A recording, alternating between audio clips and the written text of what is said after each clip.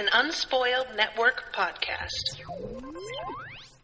This is Spoil Me, covering The Grace of Kings, chapters 47, 48, and 49.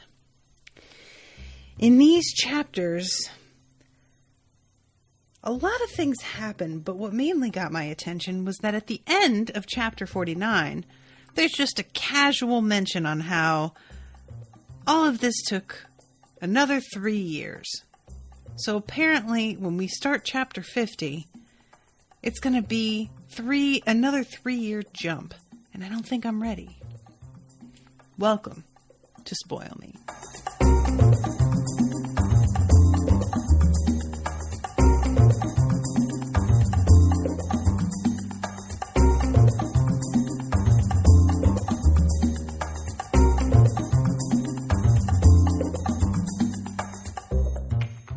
Welcome to the show, everybody. I am Natasha.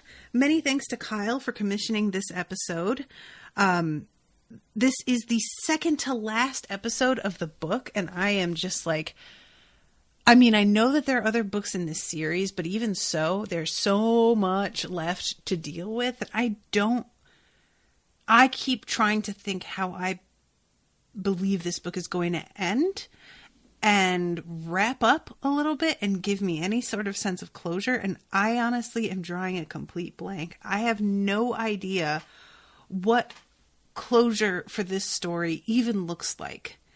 And it's just really like, there are so many different threads and there are so many factors all like that are constantly shifting and changing that I guess I want the kind of ending that is impossible in this sort of a world. I want an ending like a fairy tale where so-and-so becomes king. Really, I want Kuni to be king.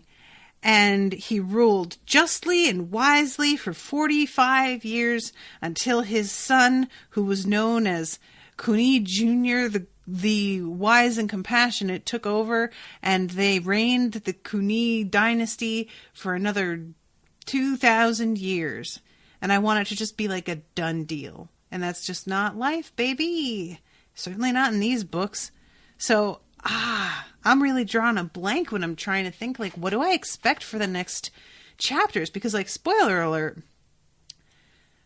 the next chapter title, chapter 50, is titled something like The Glory of the Chrysanthemum, or something like that. That, the chrysanthemum is Mata's family crest, which worries me. Like, is Mata going to come out on top after all?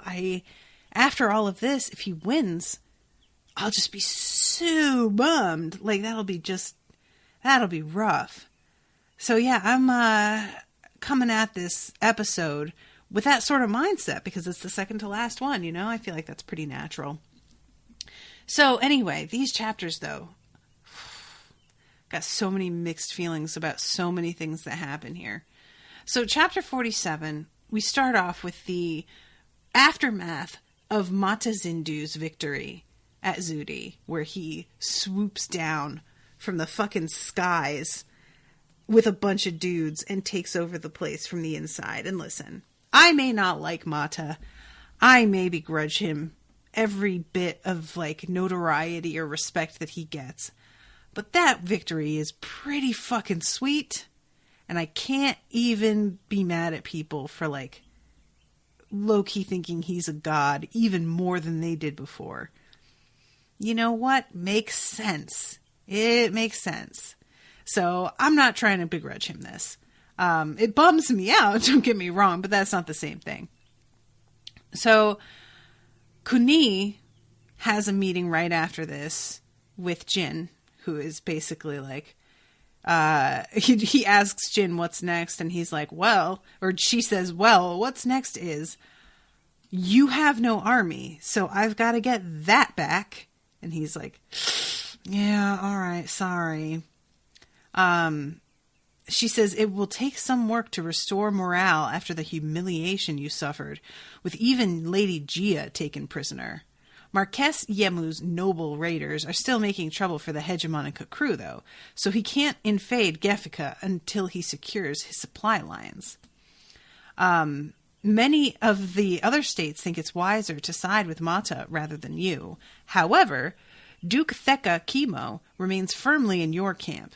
He has now pacified Aralugi, and his fate obviously depends on your success. He has asked for permission to sweep through both Crescent Island and Ekafi, which, given the tiny populations on those islands, will be easy. Kuni says, let him, and she says, you are not concerned that he might grow too strong and declare independence like Mokri did in Wolf's Paw? And Kuni says, Mata's weakness is that he doesn't trust people, so of course everyone who follows him eventually betrays him. I don't intend to make the same mistake. Mizochi nodded thoughtfully. Yeah, well, as it turns out, she is very thoughtful. She is so thoughtful, in fact, that this shit winds up coming back around in a big way. And when I tell you guys that I was shaking in my boots, I did not know how she was going to handle this shit when this stuff goes down later, and I was worried with a capital W. Thank you, Jin. Thank you for not being trash and having a brain in your head, because it gave me such a scare for a second there. Oh my god. So, Mata brought to Dimu the prisoners he'd captured in Zuri. In exchange for Kuni's release of Noda Mi and Doru Solofi, Mata agreed to return Mun Kakri, Rin Koda, and Than Karukono. But he kept Kuni's family, despite repeated entreaties from Kuni. So, Kuni and Mata meet on the river for a little parley. Guys, this scene is so insane.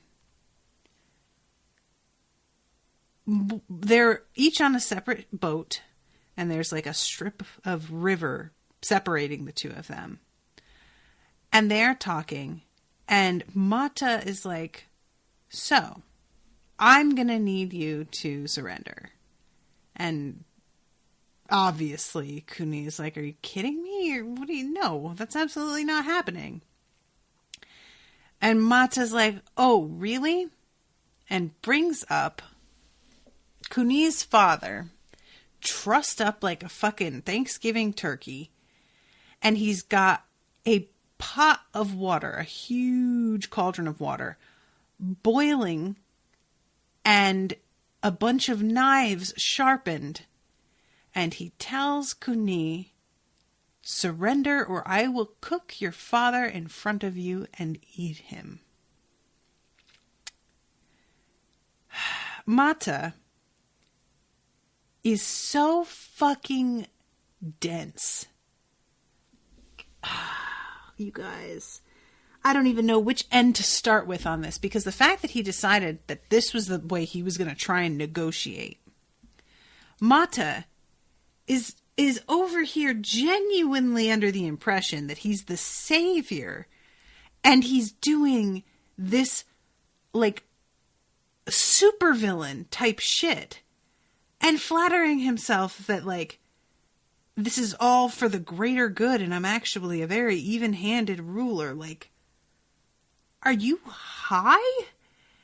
And then when Kuni decides to basically call Mata's bluff and be like, well, you called me brother, so that's technically your father too. So if you want to cook our father and eat him, I guess go ahead, because I am doing this for the good of more than just one person. And as much as I may love and care for this guy, one person's life is not worth me turning over everything that I have built and worked for. Mata stared at Kuni with sorrow.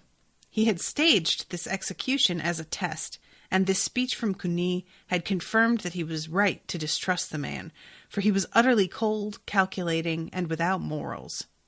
How could Kuni even believe for a minute that I would kill and eat his father? He has such a low opinion of me only because he's irredeemably corrupt himself.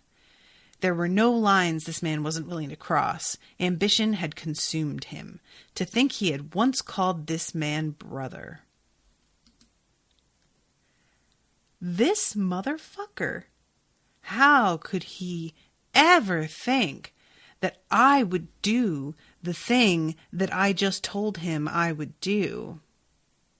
Do you fucking hear yourself? No. Answer, no, he does not hear himself. And the fact that he tries to be like, oh, he only has this opinion of me because he's such garbage. No, he has this opinion of you because you're a fucking monster. And you have been murdering people by the tens of thousands with no concern about it whatsoever. You've been burying alive women and children. You fuck. And yet, no, it's that he is so corrupt, of course. You jag. Ugh. I hate this fucking guy. I hate him so much. And I hate the fact that the next chapter after the end of this section is the glory of the chrysanthemum.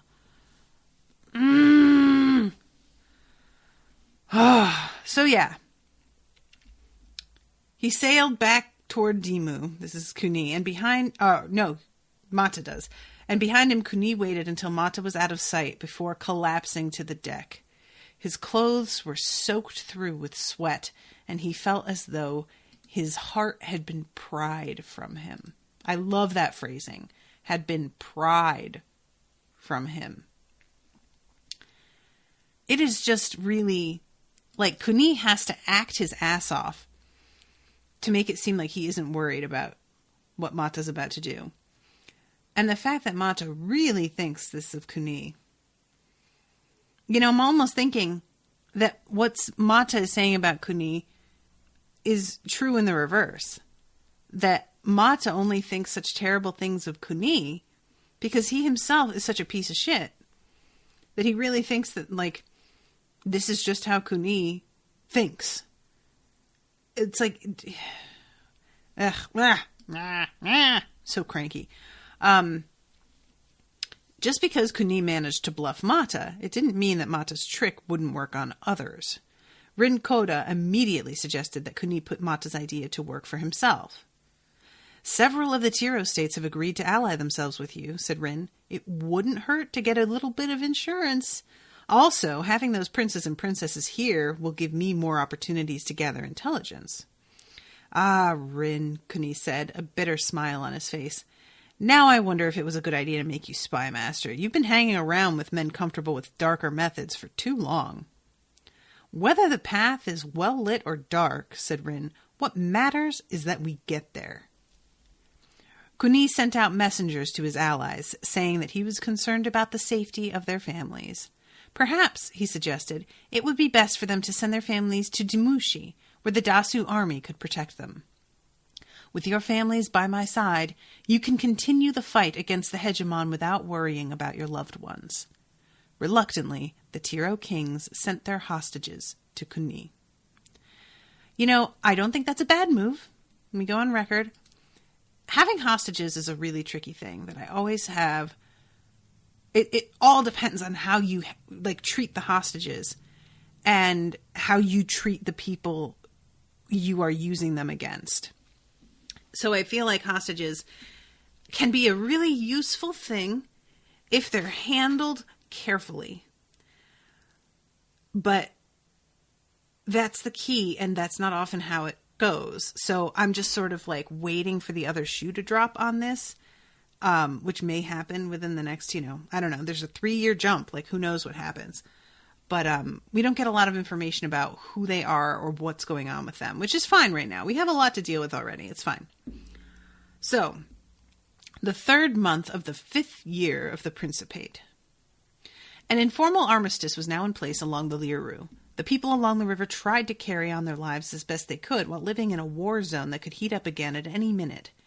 Merchants and fishing ships cautiously sailed up and down the river. Zones of control and safe passage for civilian vessels had to be negotiated. From time to time, Kuni and Mata sent each other envoys to work out these issues. One day, a messenger from Mata arrived at the docks of Dimushi, where Luanzia greeted him. "Welcome, welcome! You come bearing a message from Mester Paring? How is he?" The messenger, whose name was Luing, was confused. A message from Master Pairing? Oh, of course. Luan Zia looked at him and winked conspiratorially. With a show of nonchalance, he glanced at the 2 guards the messenger had brought with him. Too many ears here. May I inquire after the health of the hegemon? Luing replayed the comment from Luan in his head again and again. What did Luan mean about Pairing, and why was he so happy to see me? Luan brought Luing to the best restaurant in Damushi, where Luan ordered a lavish lunch of 30 courses, served with eating sticks made from ivory and inlaid with gold. A serving woman came in to light incense burners that filled the room with thick, fragrant smoke. It's fashionable to eat Dasu food with smoke, explained Luan. It cleanses the palate and brings out the flavor of the spices. The meal went on for hours. Luing felt light-headed and drowsy. After a while, the 2 guards accompanying Luing seemed to have trouble staying upright. They've drunk too much, said Luan, laughing. He summoned servants to bring them downstairs to nap in a private room. Now that we are alone, you can feel free to give me the message from Master Pairing, Luan Zia said. There is no message from Master Pairing, Luing said, bewildered. I'm here on the hegemon's orders to discuss fishing rights around the Kadima upriver. You are not sent by Torolu Pairing? Luan asked, incredulous. No, said Luing. Luan sighed, shook his head, and rolled his eyes. Then he forced himself to smile. I have no idea what I'm talking about. I think I'm drunk. Forget everything I said today. It must be this herbal mixture I'm taking for my gout. It's making me very confused. Please, excuse me. I need to go. He got up and hurried downstairs. Now, here's the thing. Though the smoke from the incense burners continued to hover in fantastic, shifting shapes, flexing rings, pulsing domes, translucent, billowy bubbles, the air in the room seemed to clear, and Luing felt a clarity return to his mind. He thought and thought about the day's events and came to a bold conclusion like a monstrous shape glimpsed through the fog. But he needed more evidence. Yeah, so everybody the next day treats him like trash. And the second that Luing gets back, he goes and tells the hegemon that Torolu Pairing is a traitor. This is some of the easiest shit. You guys, I can't believe, and Pairing is right. He says it like, Mata was falling for such a simple trick, a trick that a 5-year-old would have seen through. Yeah, you know what? This is barely taken anything.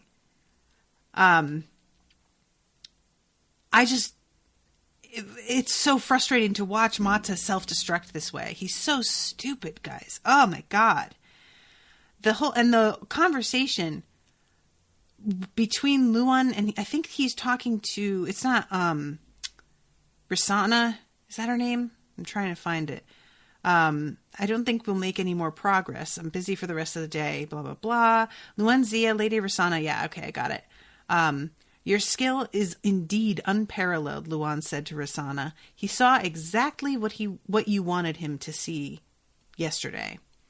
Now, I'm really curious about this because when he says he saw exactly what you wanted him to see, it sounds like he's referring to her issue with the smoke and how she can do that.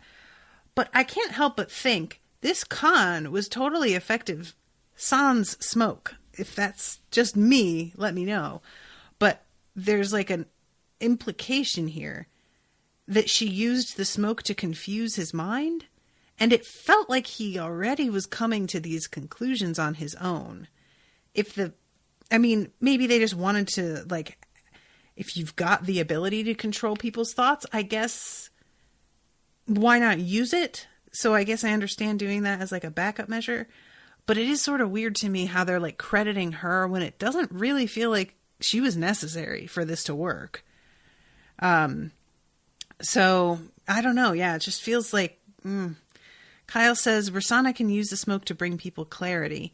Sure, but this is the kind of thing that I just feel like you let this guy go home and lay in bed and think about it, and he's going to come to the same conclusion. Like, maybe I'm giving him too much credit, but it just doesn't feel like this was such a leap at all. The evidence was very obvious. Again, the evidence was so obvious as to inherently be suspicious, and yet that doesn't raise any flags with this guy, evidently. So yeah, just such a weird thing, but it works completely, and Mata sends off this fucking advisor that he's had for years now. Tarulu Pairing is so pissed, and he leaves. This like, it's an unfortunate end for him in a way, because as much as I don't care for Pairing, I really do feel like when people put in a certain amount of work, they just deserve fucking anything, and he just gets such an undignified end. But I want to read this. He was consumed with grief and anger at his own failure. He had failed to teach Matazindu to appreciate the value of strategy. He had failed to make him see how dangerous and manipulative Kuniguru was. He had failed as an advisor. For all his service in the end, he had only earned the dismissive moniker of old man. Yeah, that fucking sucks. So he keeps walking, and eventually bandits pass by, and they slash his head off. And I don't feel like that's an accident at all. I feel like, that was the bandits are like pretty much under Kuni's control. So I figure that's them. Now Mata has no one to counsel him at all. Kuni drank, but he felt a gnawing sense of regret. Tarulu Pairing was a capable man who had saved the rebellion at a critical moment, and he deserved better. Kuni was uneasy about how much blood he was spilling in the pursuit of victory. Did the end always justify the means? He wished the gods would give him a clear answer. There are no clear answers, Luanzia said. Kuni realized that he had paused mid-drink. Yeah, I mean, I get it, man. I really do. Like, when somebody like that who really feels like they have, like, put in the work and are a worthy mind, to see them, like, cast aside like that, it just, it's a shitty look. And as much as they may be your enemy, you can't help but mourn the waste, So Jin Mazotti is now trying to get some of the morale back for the troops. So she goes over towards Boama. Now we get a little bit of background here. There are different Tiro states now. Most of the new Tiro states were gone, and all the land was now consolidated under the control of Zato Ruthi, who had been one of King Jisu's teachers when he first arrived at the palace in Nathion. Later, he had immortalized Jisu's sacrifice to save Nathion from Naman's army in a eulogy that every child in Rima could recite. The rise of Zato Ruthi was the result of a series of accidents that was unlikely to ever repeat again. He was a scholar through and through, in the mold of someone who preferred neat books to anything in the messy real world. So, we get a little background on this dude. And what it comes down to is that he keeps on happening to be at the right place at the right time, and it's completely accidental that anything that he winds up like stepping up and up the ladder the way that he does. Idle merchants who had no business to conduct because of the war. Idle farmers who had no land to till because of the war. Idle workers who had nothing to do because of the war joined the students, and mobs of rioters filled the streets. The students led them to the palace of Nathion, where Shilue was negotiating with the ambassadors of the two kings of Rima. The students carried Zato Ruthi on their shoulders and hailed him as their leader. Teacher, you've always wanted to build a state in the image of Kon Fiji's ancient virtues. Now's our chance. They chanted before the palace, and before he even understood what was happening, Zato Ruthi found himself standing on a makeshift stage in front of the palace, speaking to a crowd of thousands of angry men. He rehearsed his old themes about the obligations of the ruler toward the ruled, about the importance of restraint and respect and justice and the right to eat, about the need for harmonious relations among all people in a state, about the injustice of foreign military interference. It was nothing new, and there was nothing special about the way he spoke, but the crowd roared and clapped, and he felt as though he was being lifted on their voices, on their strength of will, and his words became more fiery in response. He called for the people to tear the palace down, to usher in a more harmonious and just Rima. Shi Lue and the ambassadors trembled in the palace, but Shi Lue shrewdly saw an opportunity. He pressed the two kings of Rima to not only agree to a ceasefire, but to abdicate their thrones and to support Zato Ruthi as the king of a unified new Rima. The people have spoken, he said, and they are not calling for either of your names. In reality, Shi Lue thought that Zato, being a mere scholar with no experience at administration, would be an easier puppet to control from Boama than either of the two kings, and he made it clear that Fasa's troops were ready to support the people of Rima and their choice. Thus did Zato Ruthi become the king of Rima. So, this whole thing basically comes down to Jin Mazzotti has experience, knows what the fuck she's doing, is practical, and just competent. Fucking baseline competent. And this fucking... I just saw that Kyle wrote this fucking guy. Correct. This fucking guy, Zato, is all about theory. Basically, Zato's Umbridge, where he wants to practice the theory of defense, but he doesn't actually want anybody to, like, learn how to defend. And everything that he tells them to do is completely based off of what he has read in books from people who also don't know what the fuck they're talking about. So, Mazzotti gets a message from him about how, like, deeply wrong it is that Kuni has made a woman the head of his army and how, like, that upsets the natural order of things and yada, yada, yada. It's, like, really, really pathetic. And I love that her reaction is just to roll her eyes and just be like, oh, you fucking idiots. Coming from anyone else, the words would have been understood as sarcastic insults, but Mazzotti knew that Zato was completely serious. He genuinely believed there were moral principles governing relations among states, and didn't see them as the codification of the robber's logic employed by strong states seeking to impose their will on weak ones. As Mazzotti's troops wound their way through tree-canopied Rima, they encountered no resistance. The woodsmen and hunters were told that Kunigaru's soldiers would leave civilians alone unless they took up arms against them. So they come to this river, about 50 feet wide, and the defenders are on the other side, but they're not at the shore. They're like a mile back. And, of course, me, along with many of Mazzotti's other people, are all thinking, this is a trap, right? Like, this doesn't make any sense. Why is he handling it like this? And Mazzotti is just so fucking competent. She has researched this motherfucker and says, Khan Fiji, whom he fucking idolizes, wrote that it's not moral to attack an army while it's still fording a river. The defenders must give the attackers enough room to cross the river and set up its formation on the other side so that the fight will be fair. Khan Fiji wrote about military tactics? That old fraud wrote about lots of things he knew nothing about. But we should thank him. Since Zato is such a faithful disciple of everything Khan Fiji taught, we'll have a safe crossing. So, indeed they do. They have the most uneventful crossing, while the forces from Rima are losing their minds. They are so frustrated.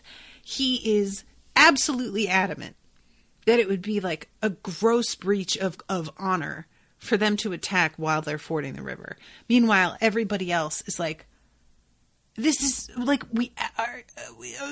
that's how this works. Oh my God, are you kidding me?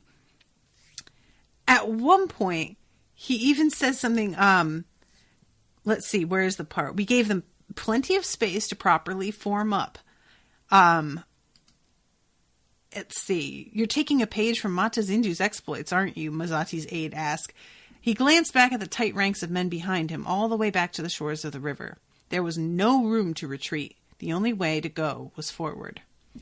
Let's see, hoping to drive, blah, blah, blah. I'm trying to find the spot where he says this thing that I was just like, are you serious? I feel like it's earlier, actually. You wish to besmirch the name of our army? What would King Jizu, the pure-hearted ruler, say of your plots? No, we must wait. Besides, look how she's gathering her soldiers into formation.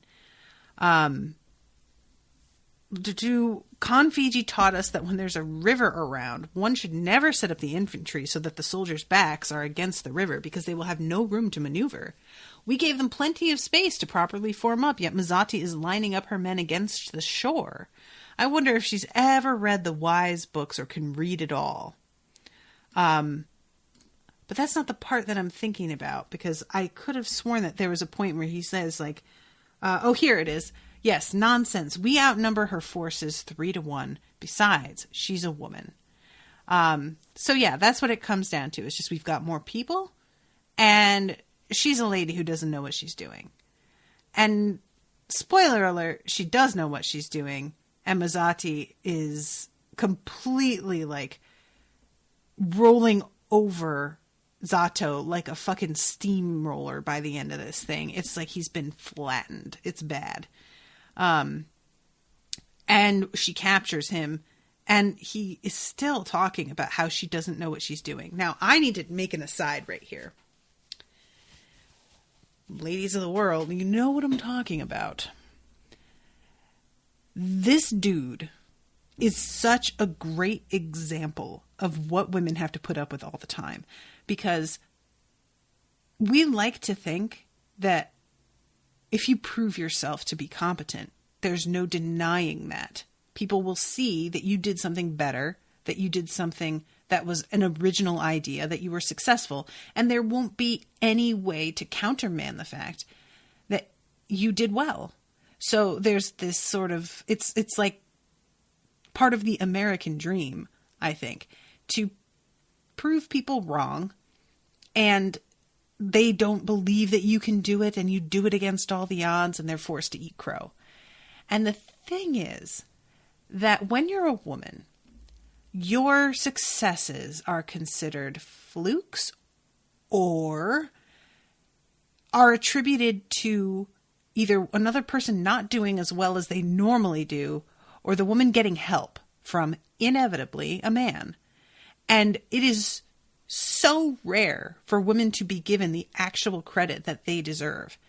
This moment where he is talking to her about how he doesn't think that she is actually, like, worthy of this victory. Like, where is it? Oh, here it is.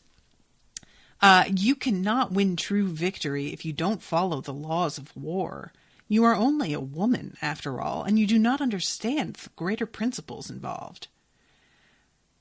This is what I'm talking about. This dude is acting like she won because she, like, cheated.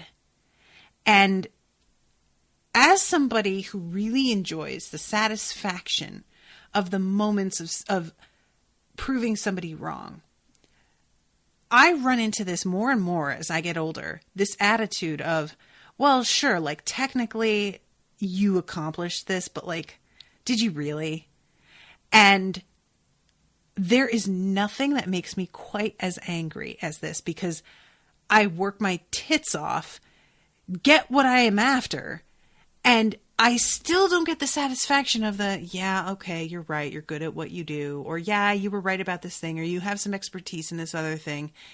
It all is and what's so annoying is that I know that I should not put as much weight as I do on somebody admitting they were wrong and that I know what I'm doing. I shouldn't care about that as much as I do. I should have Mizati's attitude, where she just sort of smirks and is like, yeah, okay, buddy. And keeps him alive because she thinks that Kuni is going to find him hilarious. I can't do that yet, though. I have not yet reached that point in my life where I can just, like, brush it aside, because the injustice of it just irks me so badly that I fixate on it. And I'm just like, how can you not see what you're doing, dude? Really? So this is This is a tough one for me. I appreciate deeply that she moves right past it because she's so used to it, especially with what she does and who she is.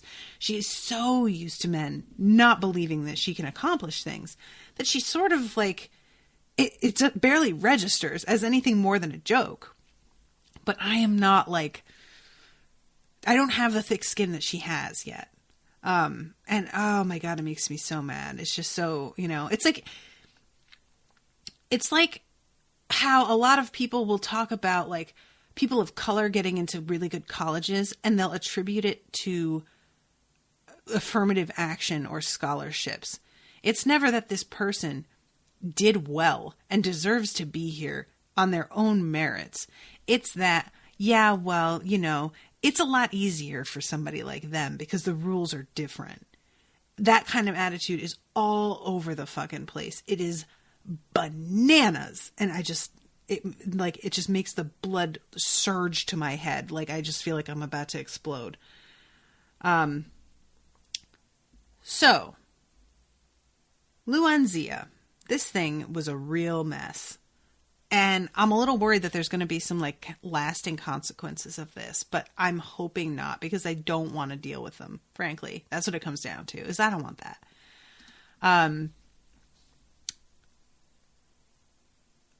Luan goes to visit with Shilue and basically negotiates a surrender. And he does this without having to shed any blood at all. And Mazati, weirdly,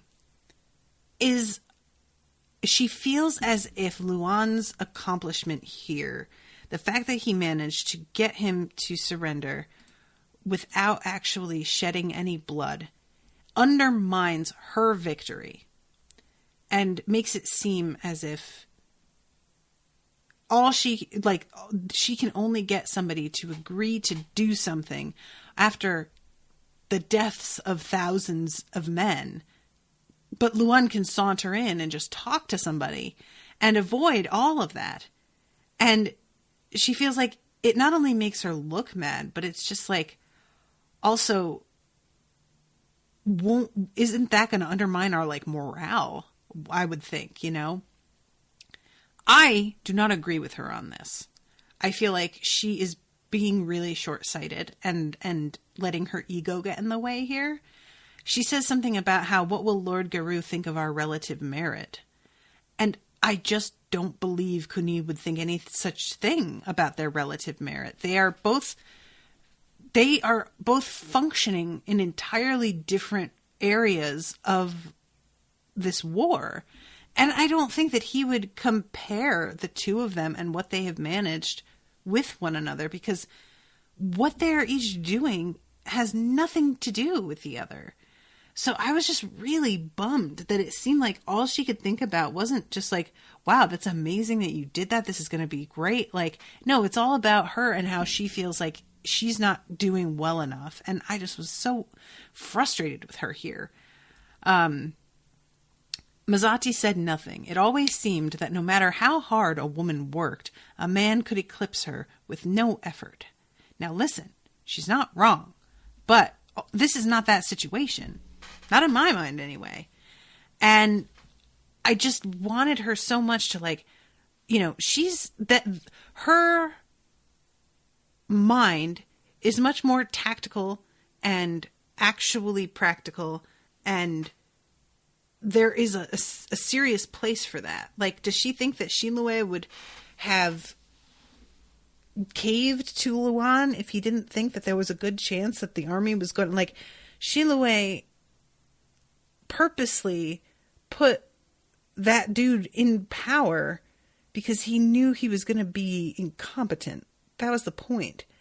So acting like Shilue just got, convinced because of Luan's silver tongue is not accurate at all, but she doesn't know that. And even if she did know that, it's like you shouldn't have to know that to trust that you both just do different things, and that's okay. So he has to leave, and King Shilue throws this feast to welcome them because now he is on their side. And Mazati gets up in the middle of this celebration with all these people dancing and eating and drinking. Shilue, do you confess your sins? Shilue was feeling very drunk, so he wasn't quite sure what he had heard. What? Your plot to betray King Kuni, Mazati said. She unsheathed her sword and killed Shilue on the spot. As the assembled ministers and generals of Phasa stood in shock, Mazati's men quickly secured the palace. Outside, the Dasu troops had already seized Bawama's gates and harbors. Mazati sent a fast messenger airship back to Dimushi with this note. Phasa has been conquered. The plan for surrender was a trick Shilue used to fool Luanzia. He had planned to betray you and defect to Matazindu again, but I saw through the ruse and executed him for treason before he could put the plot into motion. She felt a twinge of guilt, but in war, every victory was good, whether against enemies, friends, or lovers. Ooh, girl! And listen, I really don't feel like I got a sense once we get to a later chapter where we see Luan and Kuni talking. I did not get a sense on whether or not Luan believed this or not. She expressed feeling worried that she wasn't good enough. And then this just happens to be the plot that Shilue was I feel like Luan has to be suspicious about this. Right? He has to know there is something fishy going on. But I can't tell. We don't really get to see enough. That is a cold-blooded thing to do. And what winds up happening, because the next chapter is called The Temptation of Jim Mazati. Now that Mazati was in control of both Phasa and Rima, as well as tens of thousands of newly surrendered troops, there was a lot of work to do. People now addressed her as Queen of Phasa and Rima. She had started it as a joke, but then, since no one else seemed to treat it as a joke, she began to think of herself that way. Yeah, that's what happens. She put the troops through war exercises, promoted those capable, acted for demonstrations of sword-fighting techniques from veterans. She distributed pensions to the families of soldiers who died fighting for Dasu and for her. She encouraged Rima's bladesmiths with new tax breaks, a trick she had learned from Kuniguru. She toured the ranches and orchards of Phasa, promising the people safety. It was nice to be queen. Everyone listened to her. Now listen. I get that. And she's doing good shit. She's got this power, but she's not she's okay, you know what? I do feel like a queen. And then decides to act like one. Instead of somebody that I could name from the beginning of this book, who is just oh yeah, I'm king, which means fuck all y'all. She's not like that at all. Bless. Thank you, Jin, for not being she just takes control of the situation and takes the opportunity that is in front of her. It's definitely a bit mercenary and pretty cold-blooded, like I said, but I ain't mad at her. I was worried the whole time because I was expecting this to escalate into another fucking issue with her doing something maybe risky isn't even strong enough a word, doing something to essentially betray Kuni, but it doesn't look like that's what's going to happen. She's had a while now to fuck shit up, and it doesn't seem like she's gonna. She's doing a fine job in Bawama, Luanzia said. But what about this title? Lord Garug, you know that I cannot speak of her without bias. You must decide what to do about her claim to the throne while she remains Dasu's marshal. If the hegemon were in my place, he would be marching to Bawama right now. But you are not Matazindu. Yet I wonder if Mata's choice in this case would be right. If Jin were a man, would you know what to do? Rosanna asked as Kuni stopped pacing. Kuni considered the question. Maybe. With ambitious men, sometimes it's best to let them go as far as they want, so long as they're still helping you. You can't tell how high a kite can fly without being willing to let all the string out. Trust is often better than jealousy as a path to loyalty. That's a lesson Matazindu never learned, Luanzia said. Does the fact that Jin is a woman make any difference? Rosanna said. Jin has always asked simply for the right to play by the same rules as the rest of you. Kuni nodded. You have again cleared away the fog in my thoughts.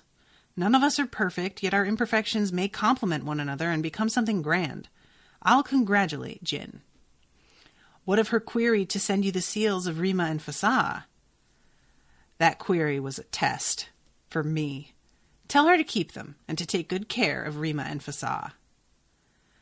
So, major breakthrough here, Kuni realizing, maybe I'm holding her to a different standard because she's a woman. Noting, he comes to this conclusion and an understanding because Rosanna is just like, what if she was a dude though? Would you be reacting like this? And he has to sort of like stop and be like, would I? And that is something I need everybody in the world to constantly be asking themselves. And I cannot tell you, even as, quote, woke as I like to think I am, how many times recently I have asked myself that question and been like, ooh, yeah, I'm having a reaction to her. But if I think about a dude doing what she's doing, I'm not nearly as mad about that. What's that about? I have that all the time. Internalized misogyny is a hell of a fucking thing. It is sincerely a battle, a lifelong battle to overcome. And Kuni is over here doing that work, baby. Thank you. That's all we ask. You don't need to be perfect, but you need to think. You need to follow the one question to the next, to the conclusion. And that is something so many people are just not willing to do because they believe too much in themselves and their own independence from society, which is just not possible. You cannot be completely independent of society's ideas of things. It's not possible unless you were raised in a cell somewhere and not given contact with other human beings like Nell. It's just, and so people have this like real arrogance that they think they somehow managed to separate themselves completely from everything that they've been taught. Get out of here. Of course you haven't. What makes you think you're capable of that and nobody else is? Like, get out of here. Anyway, so here comes this fucking beggar in the white cape, and I'm just like hating the sight of this fucking guy now. I'm just like, oh God, what is this? So he comes in here and basically tries to be like, so, why don't you just go ahead and conquer everything? Because there's no reason for you to like bow to Kuni anymore. You should declare your independence and sever your allegiance and let them fight over who you're going to ally yourself with. And for a second, she thinks about this. And she goes to this temple and she prays. On the way out of the temple, she dipped her hand into the pool that collected the water from the hot spring. The water was scalding hot, and she could not keep her hand in it for long. But she persisted and held her hand down until the skin blistered and she had to withdraw. The pain seemed to echo the wounds in her heart that could never be healed, the cries of the children being maimed, the whippings administered by the self-righteous, the humiliation of crawling between the bully's legs, the years of constant fear and terror she was forced to live through because she was small and weak. She clenched her fist. That was why she had to strive, to fight, to display, to achieve, to be safe. But was that all there was in the world? The gods were silent and capricious. She longed to find that doctor who had stopped her at the village in Dasu before she left. She wanted to grab him and shake him until he told her what she needed to hear. Then she composed herself and left the temple, nursing her burned hand. She had to pick her own path, as she always had. When I was a nobody, King Kuni treated me as a friend, Jin said to the beggar. The friendship of kings is like the promise of a drunkard, said the beggar.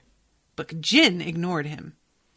He shared his food with me, drove me in his carriage, he gave me his sword, and elevated me to be the marshal of Dasu, above his other retainers.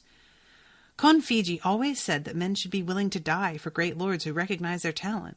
It's no different for a woman. I cannot betray him. If one abandoned all ideals, then the world would be without substance. I love this. Because he's just like, he says, you think the words of Konfiji, that ancient fraud, should govern your actions? We live in a world of sword and blood, not of ideals. And she's basically just like, yeah, okay, but like, if that's all anything ever is, then why continue? We need to be striving for something, or else none of this means anything. Which, fucking correct. Listen, I understand people getting frustrated when folks are too idealistic, and there is a difficult balance that you need to strike with that sort of thing. But holy shit, we can't just abandon all of that. Like, that's the point. That's supposed to be why we're fighting at all. So she turns him down, and the beggar, in quotes, leaves. So, as Pumayemu continued to disrupt Mata Zindu's supply lines in Kakru, Mazati made steady gains in the east. The Tiro states, still loyal to the hegemon, lost one battle after another until she eventually conquered all land east of the Wazati Mountains, including Wolf's Paw and all the wealthy towns of Old Gan. Yo, that is a big fucking deal.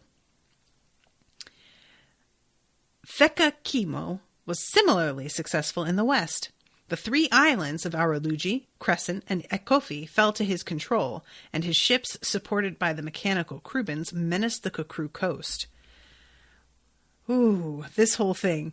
The airships of Kakru finally lost so much of their lift gas that they could no longer rise into the air, and Kunigaru sent his fleets of airships on raids to Kakru cities, dropping fire bombs or leaflets denouncing Mata Zindu for his numerous sins. Mata Zindu rode across the land, putting out one fire after another. Kuni's forces would often steal across the Lira River when Mata was away, only to be driven back when Mata returned. Kuni's army could not stand against Mata in a fair fight, and time and again Kuni had to abandon everything and escape to Dimushi. The stalemate lasted for 3 years. Bitch, excuse me? The stalemate lasted for 3 years.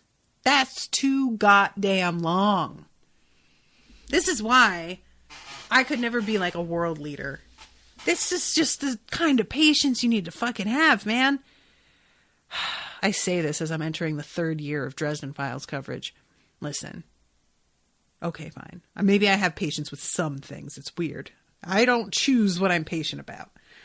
But like, I can't imagine fighting the same dude in the same spot, basically, for 3 years and not just giving up and calling a draw.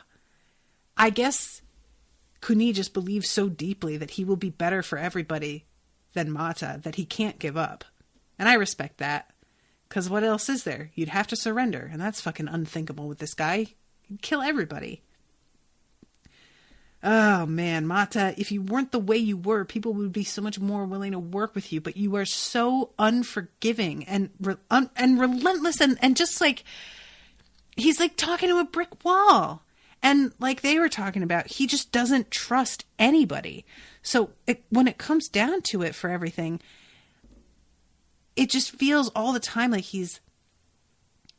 it's a self-fulfilling prophecy. He pushes people away because he doesn't trust them. And that leads to them realizing that they couldn't, they won't get an opportunity to continue to help because he doesn't trust them and listen to them. So they decide, well, then my energy is better spent elsewhere. Why am I going to keep doing this? Which fucking valid question. So yeah, I'm just so worried about the next chapter, you guys. I'm so worried about it, considering what it's called. I just don't, okay. I just really want, like, right now to pull up the page of the first chapter and just, like, read the first couple sentences. But I'm not going to do that. I'm going to wait. But I'm really genuinely, like, super anxious about it. I just don't want Mata to... Kyle says it's already commissioned. Kyle, should I read the first couple sentences? Does it matter? I'm sure the first sentence isn't... Mata wound up winning in the end. I'm sure that's not how this writer is going to handle this whole thing. But thank you for commissioning it already. I can't wait. Kyle says, yeah, I should read it. I have a couple minutes. I could just read the next couple sentences. He says, do it. Okay, I'm going to do it. Chapter 50, Glory of the Chrysanthemum. Kukru, the 11th month in the 8th year of the Principate. Okay, that's a good fucking first sentence. Mata's army was finally running out of food. Feeling a little warm in my heart. Years of warfare raging across Kukru and his neglect of administration took their toll. Puma Yemu's incessant raids also played a part, and shipping by sea was impossible with Theka Kimo's ships and mechanical Krubans blockading the Kukru ports. The soldiers of Kukru resorted to digging for roots and planting their own vegetables right in the army camps. Desertion was rampant no matter how inspiring Mata was. Every day, Mata launched himself into the air over the Liru on a battle kite. "Kuni Garu, come into the air and fight me," he shouted. Kuni Garu never responded. Instead, Kuni summoned an airship.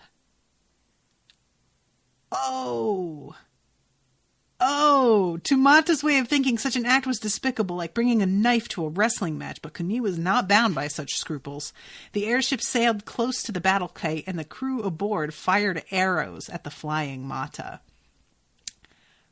That's where I'm going to stop, but that's a really good start. I'm super excited now. Oh, man. See, this is why he should have teamed up with Kuni. Admin is important. Admin is what keeps shit going. Admin is what I should be doing more of so that I don't dread doing my taxes and wind up filing them at the literal last second at the end of the year. Admin is the thankless work that keeps everything running, and the only people who shit on it are dummies. And the fact that Mata has not been taking care of this kind of thing and now his people are starving to death is the most beautiful kind of justice. And it's really unfortunate that it's like the lowly nobodies who are affected by that. Kyle says, I would say that's a major theme of this book. It's true. And I respect that. And I need to be better about it myself. It's a lesson I could really internalize, and it would do me good. Like, cause I understand it in an intellectual way, but it is not something that I have really like implemented the way that I should. I would think a lot of us haven't. But anyway, oh boy. Oh, I'm excited. This is interesting. I mean, granted, the chapter is still named what it's named. So even though it starts off this way, it could go anywhere, but I'm still like feeling pretty good about it. This idiot launching himself up with kites all the time to just try and be like, fight me. Stop it. You know? Like, it's just such Mata so misunderstands what makes a leader. And it's so frustrating that it's been like years and years at this point, and he still doesn't get it. How dense can you be, dude? Ugh. All right. I'm going to wrap up. But thank you very much to Kyle for this commission, and I'm super, super excited to finish up this book and find out how this ends or doesn't. And thank you all so much for listening. I really appreciate you all, and I will be seeing you very soon with a new episode. Toodaloo, motherfuckers.